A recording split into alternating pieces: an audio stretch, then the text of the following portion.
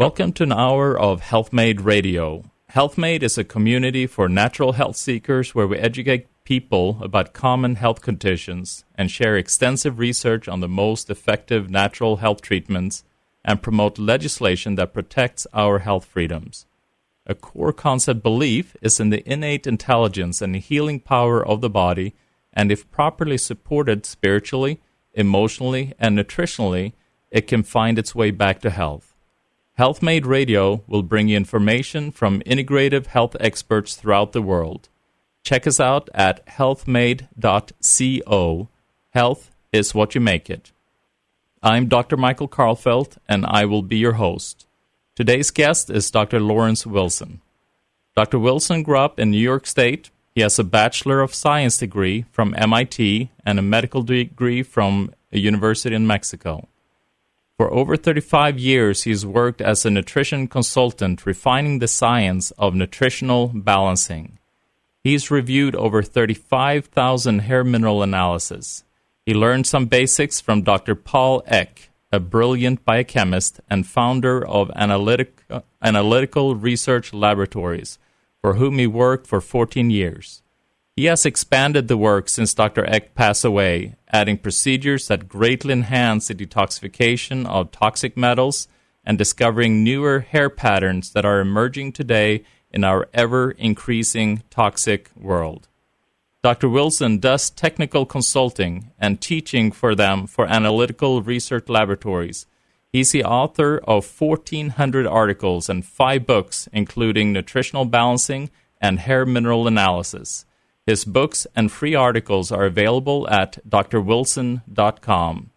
Dr. Wilson, it is such an honor to have you on the show, and I'm so excited to hear what you have to say about what we're going to talk about today. Well, thank you for having me. By the way, I'll make a quick correction. The website is DRL Wilson. You can't just type Dr. Wilson. It's DRL with an L, Wilson.com. Thank you so much for that. Yeah. Also, I learned more than the basics from Paul Eck. He was a wonderful man, and he knew an awful lot. So I learned a lot from him. Wonderful. I just wanted to make that correction. So for our listeners, hair mineral analysis, what is that? Well, it's actually a very standard test. It's been used for 75 years, 80 years, and a sample of hair, or it can be fur from an animal. Actually, it can be any tissue of the body, skin, an organ of the body, and it is burned it is burned up, and everything is destroyed except the minerals, and then the minerals are measured. It is a simple test. It is a reliable test, and it's an accurate test. And it is used throughout, particularly environmental monitoring, more than medical care, although medicine uses it too to detect lead poisoning and other types of heavy metals, toxic metals. And so that's basically what it is. It is a measure of the minerals in a tissue of the body. That would be called a biopsy because it is a mineral biopsy. And what is the benefit of doing that versus testing blood? They're quite different. Blood is the highway of your body. That is, the blood carries everything around. The blood is not a tissue of the body. There are blood cells, but the blood itself is not a tissue. It's a highway. It's a pathway. And when you measure the blood, it'd be like looking at the road outside your house, and you get an idea what's going on because you see who's passing by. But it is not the same as measuring the tissues of the body. It is not the same. And we find that for the work we do, we need to know what the metabolism of the tissue is. Now, there are people who measure blood cells. They're doing a very similar test that we are. They measure minerals in the red blood cells. We like hair. It works very, very well. It's actually quite an exciting test. The hair is actually, if I can be a little esoteric, the hair is actually measuring, it has to do with the aura of the person, because the brain waves, we may measure it off the head. We don't want to use pubic hair. Some laboratories allow that. Matter of fact, most of them do. But we find for accurate reasons that it's better to take it off the head. And it is, it's a rather interesting reading of the metabolism of the hair, and by extension, it tells us a lot about the body. So with that, you're saying it tells us a lot about the body. We're just getting then, let's say, the different minerals that you measure, like calcium, magnesium, potassium. Yes, there are 20. The analytical research measures 20 of them. Some labs measure up to 40 of them. So does the problem is that, is how accurate they are. So does that only tell us then what we're deficient in? Like, let's say you have a lot of calcium or, not so much potassium. Does it only show deficiencies in the tissues, or what else can it show? Well, literally it shows excess or deficiency. Either, too much, too little. However, what's much more important than that are certain patterns. And the patterns tell us things like the oxidation rate, which is related to your metabolic rate. They tell us the patterns include critical indicators. For example, the sodium-potassium ratio. That's an electrical indicator. When it's low, it's like the body is discharging electrically. It's like you have a bad battery in your car. That's what it tells you. When it's high, it has to do with inflammation, pain. When it's low, it also has to do with infections and degeneration. So the ratios, it's not just the levels. The levels tell you a lot right there. And sometimes you're reading, you have to know how to interpret it. It's not an easy test to read. It took me, I remember being totally confused for 4 years. And I was doing it exclusively. In other words, I wasn't doing anything else. I was reading these mineral tests. And for 4 years, working with Dr. Eck, I just couldn't get it. It just was difficult. So it is not that easy. I've written about it, but anyway, you're reading the minerals that are deposited in the hair. You're not reading the minerals in the body. People make that mistake. You're not reading the minerals in the body. You're reading what is deposited in the hair. And the body will deposit poison minerals in the hair to get rid of them, for example. The hair is an eliminative tissue. The body will sometimes hold on to a mineral and won't let it go into the hair if the body is deficient. So there you will see a low reading. Sometimes you're seeing a loss. Some minerals, the high reading is because the body is excreting the mineral, but it really shouldn't be. You got a problem there. So with looking at the hair mineral analysis, you're talking about that you can see then the excess, you can see the deficiency, you can also see heavy metal toxicity, you can also see whether the system is not strong enough to secrete a certain metal or mineral. That's right. Sometimes they hold on to, we call it a poor eliminator. A very, very low reading of a toxic metal is a bad sign. And I know that sounds crazy. And most people who use hair analysis don't know all this, by the way. Most of the doctors who use it just look at toxic metals, and they just kind of, very casual, the way they might look at a blood test. But in fact, a couple of years ago, this was not Dr. Eck's work. A couple of years ago, we found out that when the toxic metal readings are very low, that it's a bad sign. It doesn't mean you don't have them. It means the body can't eliminate them. Because most of us, living in this toxic world, the majority everybody's of got us, them. Exactly. So everybody's got them. So if we're not excreting them, then we're containing them. That's right. You're holding on to them. And we use the test not really to detect toxic metals, because we agree that everybody's got them. We use the test to guide the design of a corrective program. It's different. And it's based on the oxidation rate. It's based on balancing the body very delicately and carefully. The hair cannot be washed at the laboratory. If you wash the hair at the laboratory, you ruin it. You'll ruin it. So the readings are not accurate. So it's very specific labs that are set up. That's right. Most of the labs wash the hair. They don't really care. Now, for toxic metals, it doesn't matter that much. If all you care about is toxic metals, you can wash the hair and you'll still get most of the toxic metals. They may not be perfectly accurate, but they'll give you readings. But for what we do, we have to have the water-soluble minerals will be washed out, and we have to have the hair unwashed. That's very important. So what are some things that an individual can learn about themselves when they get a hair mineral analysis done? Well, there are trends for about at least 100 diseases, for one thing. And a trend means you don't necessarily have the disease, but you're heading there. You're heading there. And, of course, everybody's looking for preventive medicine. You know what I mean? Yes. They're looking for prevention. And a lot of people are walking time bombs. And so to learn your patterns and change them is wonderful and avoid the disease completely. That's called primary prevention. That's probably the main thing.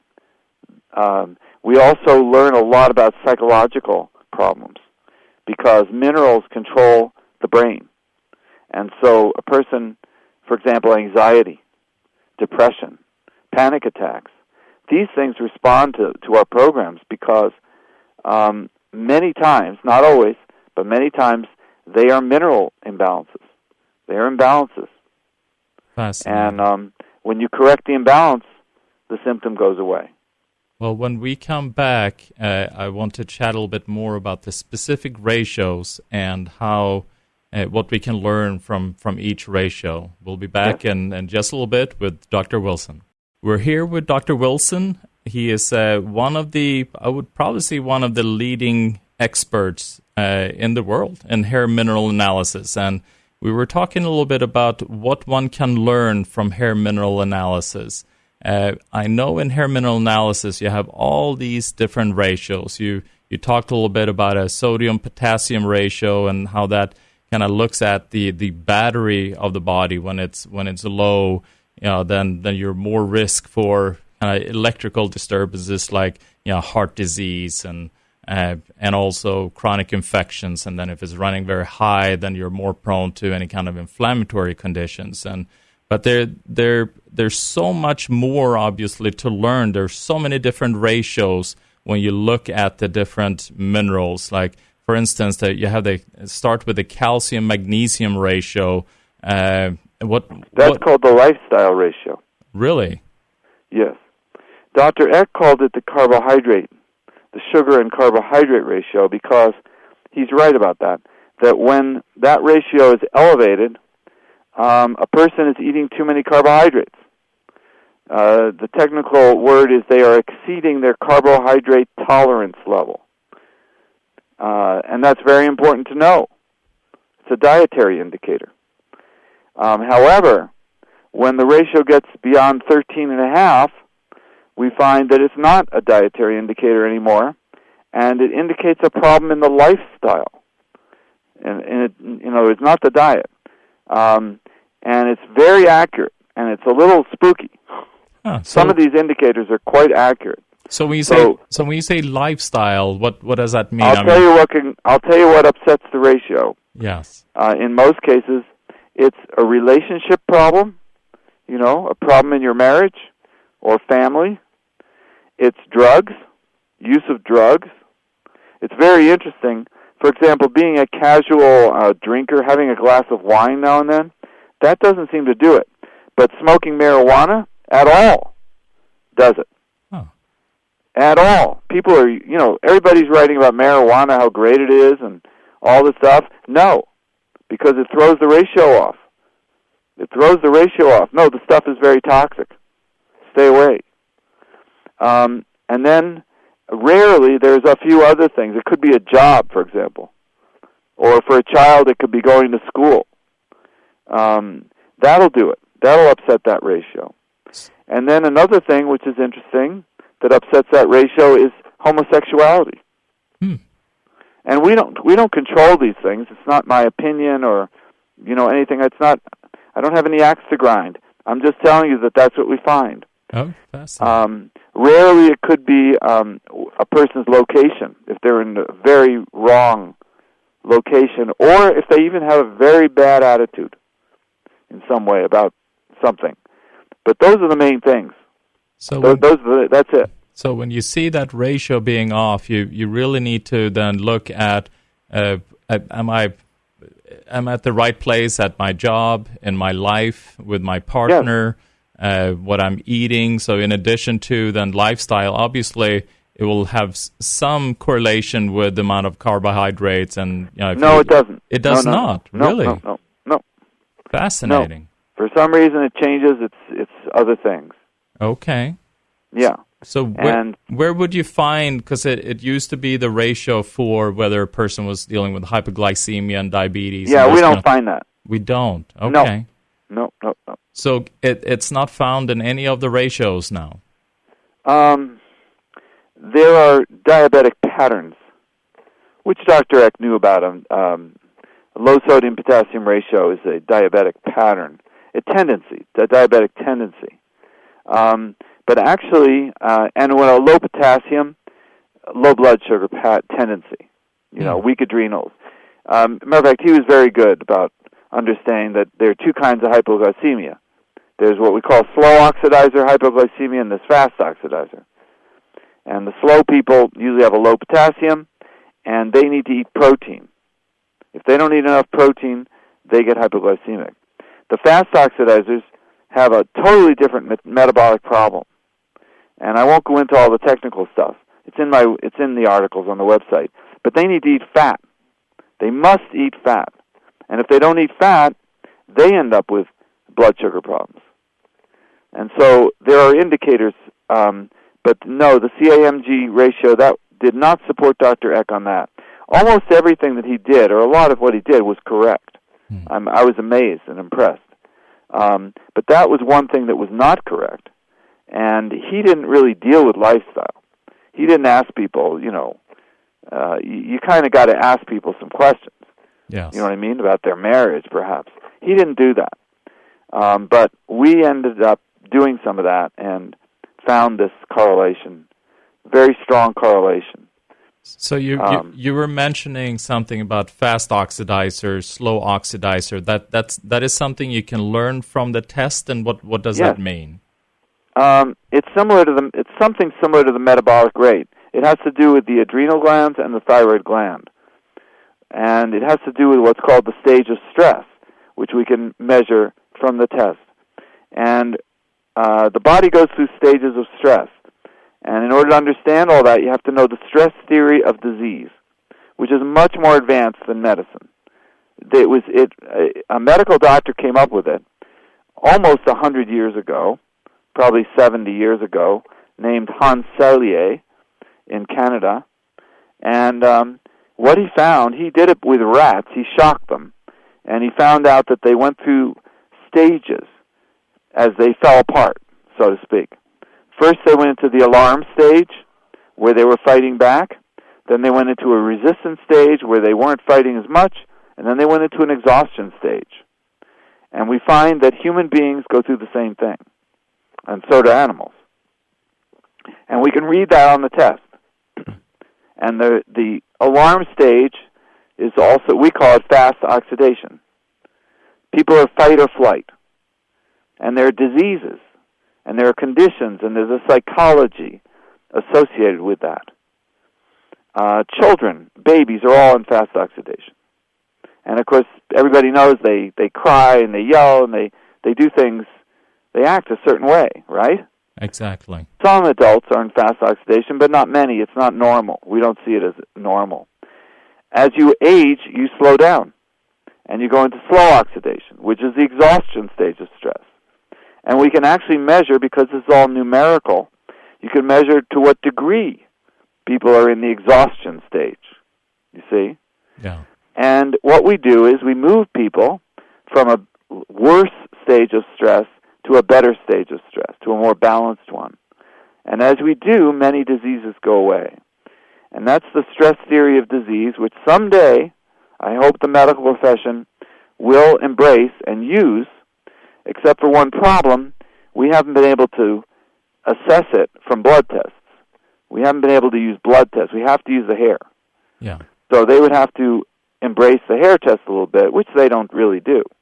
They think it's kind of kooky, and there have been some what I call hatchet jobs, articles written about hair analysis designed to destroy it. And they were in the Journal of the AMA, several of them, around the year 2000, 1990s and 2000. And so they all quote that study, even though they were all bad studies.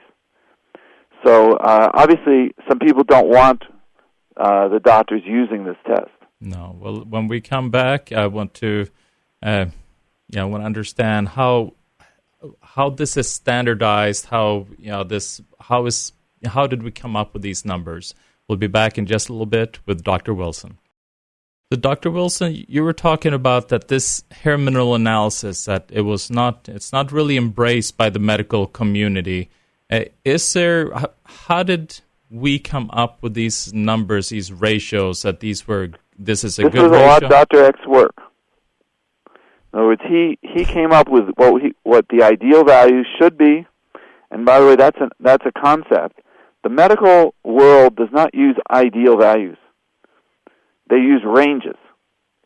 You get your blood test back, and they'll tell you, well, your blood sugar should be between 70 and 100, right? Your cholesterol should be between 180 and 200, something like that. Yeah. That's a different concept, but he came up with all that. And I'm impressed. We've changed one or two. We've changed a couple of them. So not much. How did he come up with all of that? Oh, he worked with people. He got them. This is what he said, at least. He worked with people, and he got them healthy, and he noticed where the numbers went. Oh, okay. He noticed where the numbers went. So it's like a gravitational point as the person was moving towards health and the different numbers. Yeah, as they got better, the numbers tended to cluster in a certain place. And I have on my website the normals that we use, the ideals. And they are different than his. They are not the same. But the first four are the same. And with this test, it's not only lifestyle, and it's not only kind of the electrical charge in this system or your... Oh, no, you can identify the tendency for many diseases. Another reason for doing the test, we find it's absolutely wonderful, is to monitor a person's progress. Because symptoms are not a good way to monitor people. I mean, they're valid to a degree, but it's not really... it's confusing. Sometimes a person feels a little bit worse for a while because they have to do what we call retracing. They have to go back in. They have to go back, and they have to heal something deep, like an old sinus infection or an old ear infection or an old throat infection. And everybody's got these. Almost everybody's got them. And our programs will do that. But when that happens, you don't feel so good. Your sore throat flares up. So it's like you go back then and you kind of peel the layers, step by step of what you've dealt with in the past.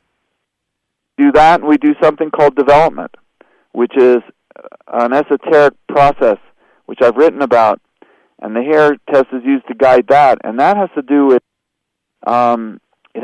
developing the subtle human bodies. Some people have heard of this. There's something called the etheric body and others. And you become stronger, and you become healthier, and you long life. And we do that also, and we use the test to guide that process. But just to monitor the changes are very important because it's hard to tell sometimes. And you mentioned, is this connected to, you were mentioning that the hair is kind of part of the aura. It's an extension of that field, so that connects and with how we develop as a spiritual being? The hair is, those two are unrelated. The aura does change, of course, as you heal. The energy field of the human body will change. But development... I'll tell you a few of the changes that occur. Development is a process. It is really developing the human potential to its highest level.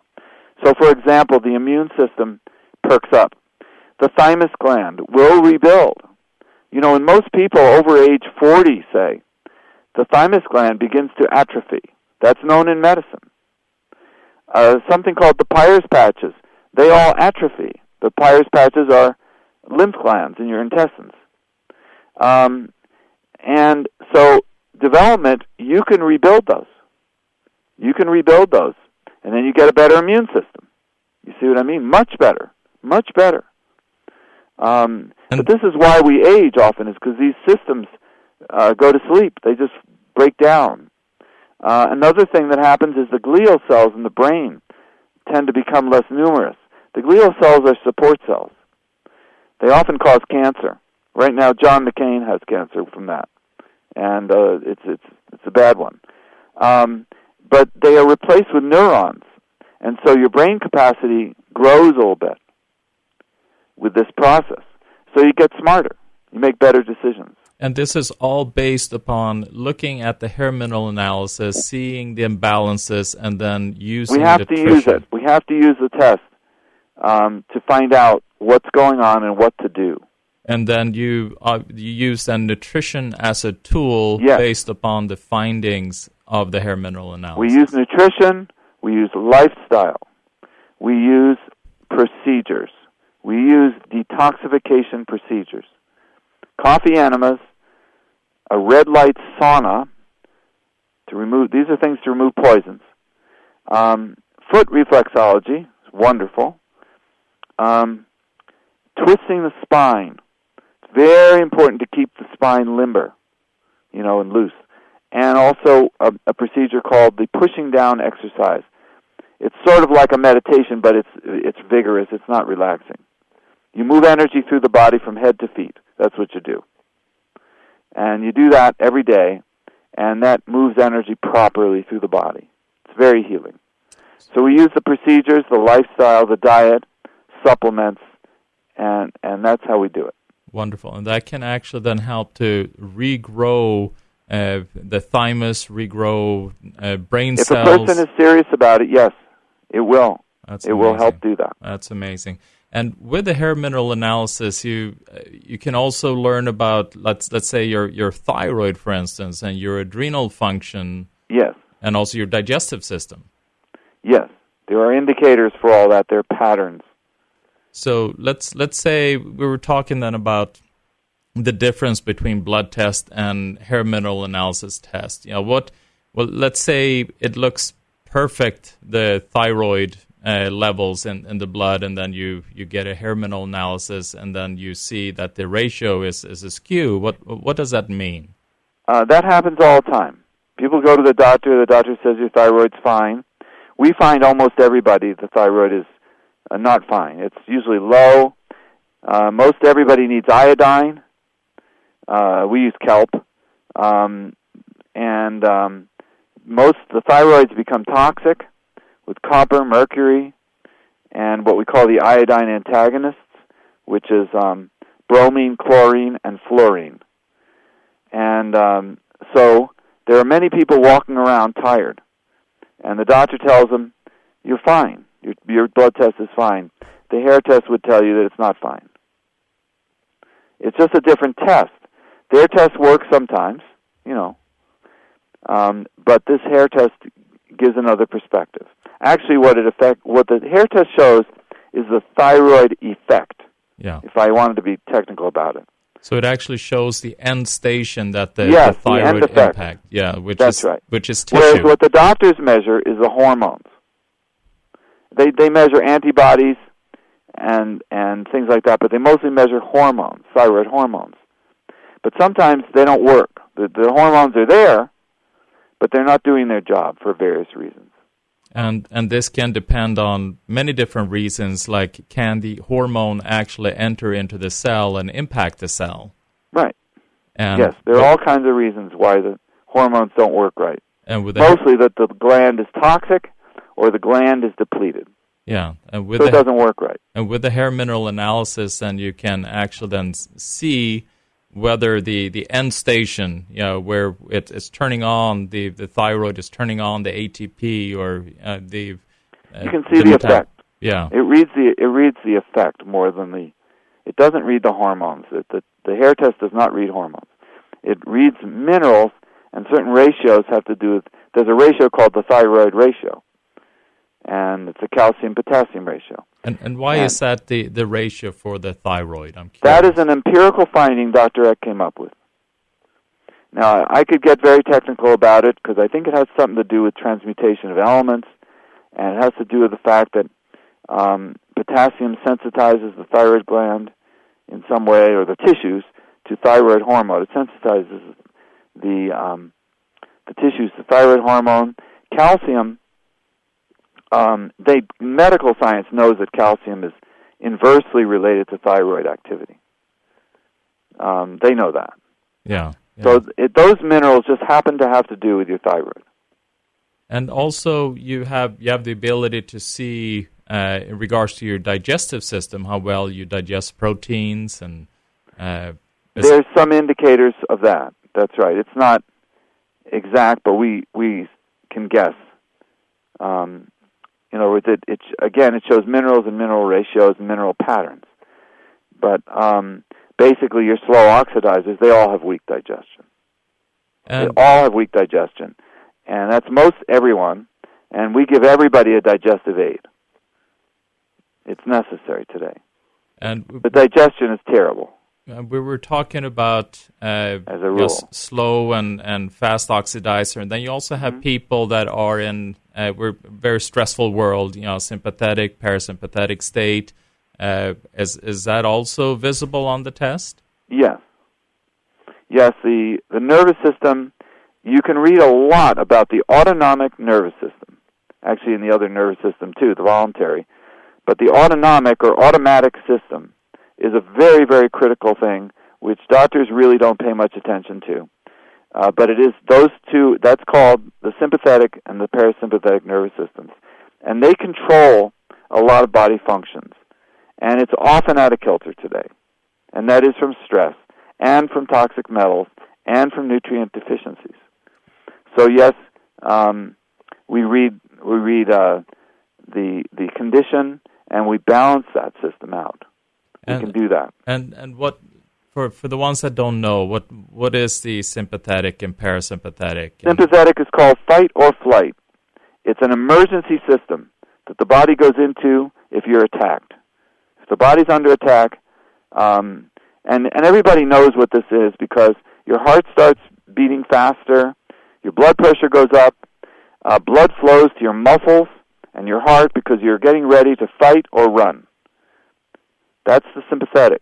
The parasympathetic is the relaxing system. That's where you're supposed to spend more time. But many people today, they're in fight or flight all the time. Too much of the time, I should say. Yeah. And it shows up on the hair test at times, and we want to correct that. That has a lot to do with your lifestyle and your diet. Absolutely. If you eat stimulants all day, sugar, caffeine, you'll be in fight or flight more. And you can see that in the hair test. You can see the imbalance. Yeah, we can't tell why. You have to ask the person what they're eating. Yeah, wonderful. When we'll be back, I want to hear a little bit of what are some of the most common imbalances you see, and what we can do about it. We'll be right back with Dr. Wilson. And we're back with Dr. Wilson talking about hair mineral analysis and what you can learn about yourself getting a hair mineral analysis. So you've told us that there's so much information that you can gain from a hair mineral analysis. What are some of the most common imbalances that you see nowadays? That's a good question. I would say burnout, exhaustion of the body is very, very, very common. You can call it adrenal burnout, or you can call it thyroid burnout, but it's literally the minerals are gone. They're burned out. They're gone. And the body is tired. And the way people cope with this is stimulants usually. They drink coffee, they smoke cigarettes, now they do marijuana because it just kind of spaces you out. Some do alcohol. Some listen to loud music. They do other things. They get angry at everybody. That's how they stimulate themselves. They stay angry. So exhaustion is definitely one. And certainly everybody has these toxic metals. We see that. Even the babies, they're born with them. They're born with them from their mothers. We like to work with mothers. We like to get the mothers on a program before you get pregnant, and then you won't pass it all on to your child. Otherwise, the Bible says something about the sins of the fathers are passed on to the seventh generation. Well, the sins of the fathers and mothers, meaning nutritional problems, I don't know if they're a sin, but sometimes it is, they're passed on. And the children suffer. And the children are suffering. All the autism and the ADD and all the rest. And so we do see a lot of toxic metals. We also see, there's patterns such as a calcium shell. We see trauma patterns and other things that are quite common on Earth. And problems with digestion and protein synthesis. And with the calcium shell, tell me what does that mean, and how do you see that in the hair mineral analysis? It's a calcium level over 165 in a woman or 155 in a man. Dr. Eck used higher numbers, but we are very, very precise about it. 165 in a woman, 155 in a man. The ideal is 40 milligrams per 100 grams. 165 or 155 in a man, 165 in a woman, 155 in a man. And the person is, it has to do with psychological withdrawal, has to do with depression, which is a very common thing. It has to do with chronic stress in many cases.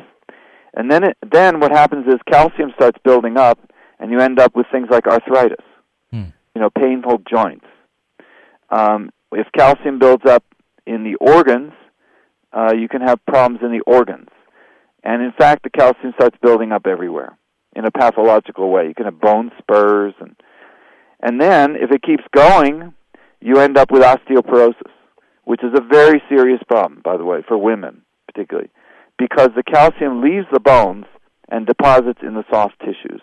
So calcium actually becomes the issue rather than the solution. I mean, we're always told from all the doctors that we need more calcium. We got to build bone, more calcium. But the people do need calcium, but the body has to be able to use the calcium. Okay. And a lot of that then, so osteoporosis, for instance, can be connected to psychological withdrawal from trauma, rather than just a deficiency in calcium. Yes, the two can be, the two symptoms could appear together. You get achy, and you can get tired and depressed as well. Yeah. We give everybody calcium and magnesium. We think, there's a lot of people who don't believe in supplements. Or they believe in these food-based supplements that don't have very much in them. We find the calcium and magnesium need is critical today. There just aren't a lot of calcium and magnesium foods. If you pasteurize dairy products, the calcium is not available as much. And where else are you going to get it? There aren't many sources. Is there a certain type of calcium that is better than others? We use chelated calcium or citrate. They're standard ones. They work well. Citrate, lactate, chelate. There's a new one, malate. Those all seem to work fine. Great. And so just drinking more milk, that won't be the solution? No. No. Well, that's another thing that we do. We find that certain foods should not be consumed in large quantity, even if it's raw milk. Milk is very yin. If you know that word, it's a Chinese word. It's used in macrobiotics. Yin means expanded, and that's not good today. So milk, cheese, yogurt, they have some calcium in them, but we find we can't give people very much of them because the body's become yin. And yin, I've written about it, is a condition of being expanded and cold. And the bodies are already yin, thanks to radiation poisoning, and thanks to cell phones and computers, toxic metals, toxic chemicals. The bodies are yin today. And so just drinking milk is not the answer. Now, there are other sources of calcium. You can do a little beef bone broth. You can do sea salt, which may have it in it. Vegetables are wonderful. Vegetables, cooked vegetables, not raw. People do not get enough minerals out of raw vegetables. I tell people we're not cows. We're not cows.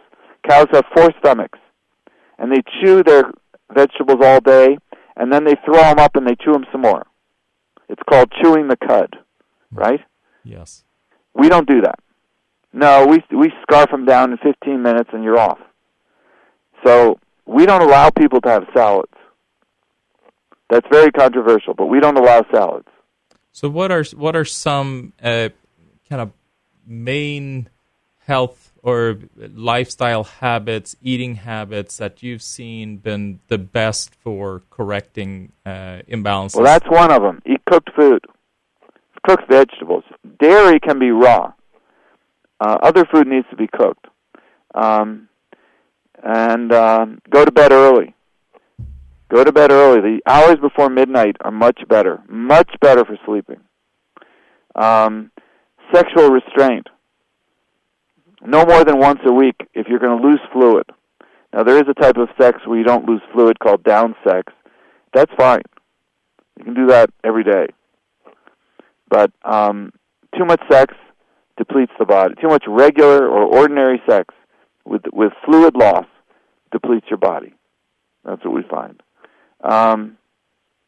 We don't allow vigorous exercise. We find the bodies are so sick that it's better to do gentle exercise. Some people think the more exercise, the better. We don't agree. We don't agree with that.